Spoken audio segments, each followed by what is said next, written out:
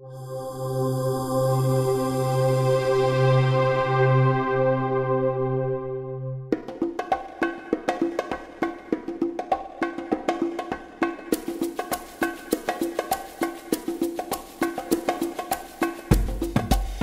l'absolu, toute séquence peut succéder à une autre avec un résultat plus ou moins satisfaisant.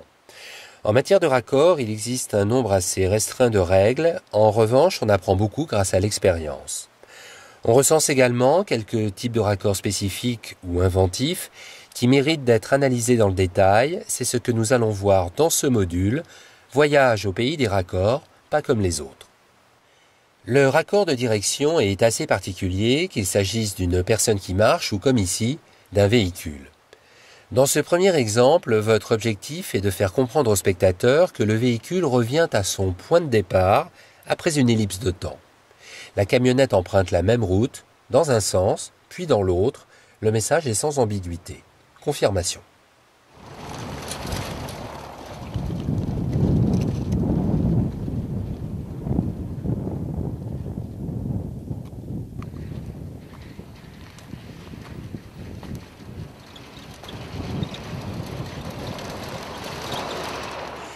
Dans ce deuxième exemple, les données sont déjà moins claires. La route n'est pas la même.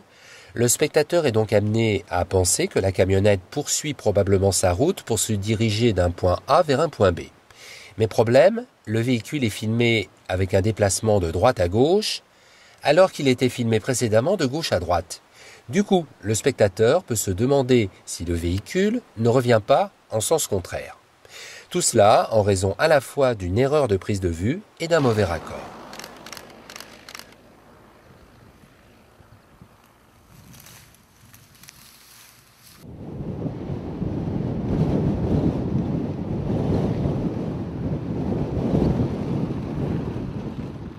En fait, pour montrer lors d'une succession de plans un véhicule qui se dirige d'un point A vers un point B, le raccord idéal est de veiller à ce que ce véhicule se déplace toujours dans le même sens, de gauche à droite ou de droite à gauche.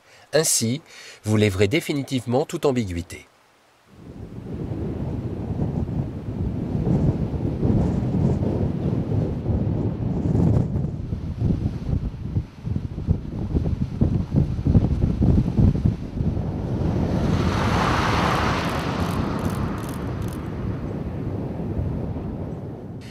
Un autre raccord assez connu, c'est celui du raccord de porte.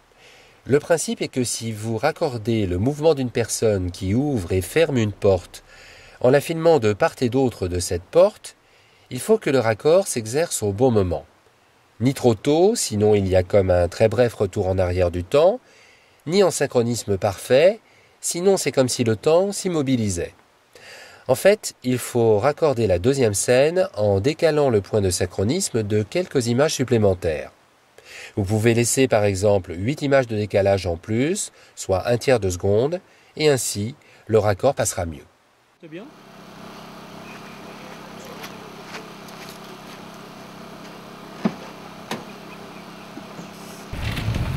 Là ça fait quoi? Là ça fait des villes et là ça fait...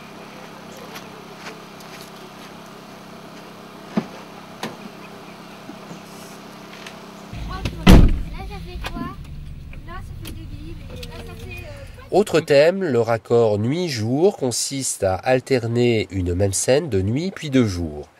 Impératif, se munir d'un trépied ou poser le caméscope sur un support parfaitement stable sans le bouger d'un millimètre. On affinera le procédé avec un bref fondu enchaîné entre les deux scènes. Démonstration.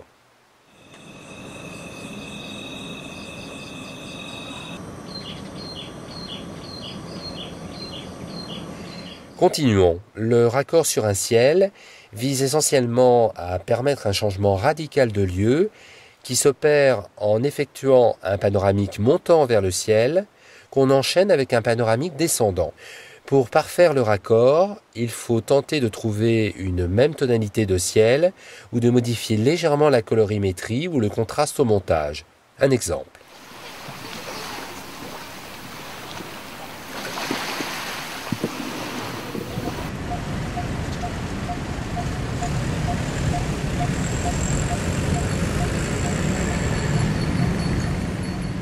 Il existe aussi un enchaînement particulier que certains monteurs appellent volet naturel. Le principe consiste à filmer un sujet, ici des statues, à différentes focales, pour créer un effet d'enchaînement dynamique. Mais pour que le raccord gagne en force et en effet de surprise, on laisse un élément mobile, par exemple une voiture, masquer momentanément le cadre, puis dévoiler subitement le sujet principal. Pour réussir l'effet, il faut choisir le point d'entrée le plus favorable de l'objet masquant, en tenant compte de sa vitesse de déplacement. Attention, malgré les apparences, ce type de raccord est assez difficile à réaliser, car il faut que la configuration des lieux combine à la fois un sujet intéressant, un objet masquant mobile et une distance focale adaptée entre l'objet masquant et la caméra. Mais une fois la combinatoire trouvée, le résultat est plutôt gratifiant, à vous de juger.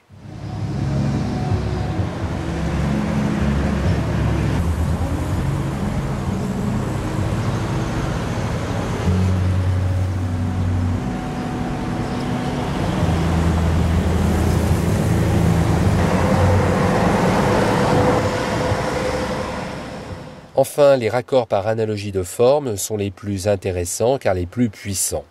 Mais ce sont aussi les plus difficiles à obtenir. En voici un premier exemple en image animée, puis un second exemple sur le thème de la main, avec des images fixes, réalisées à l'occasion d'un générique de fin. Ces deux exemples concluent ce module.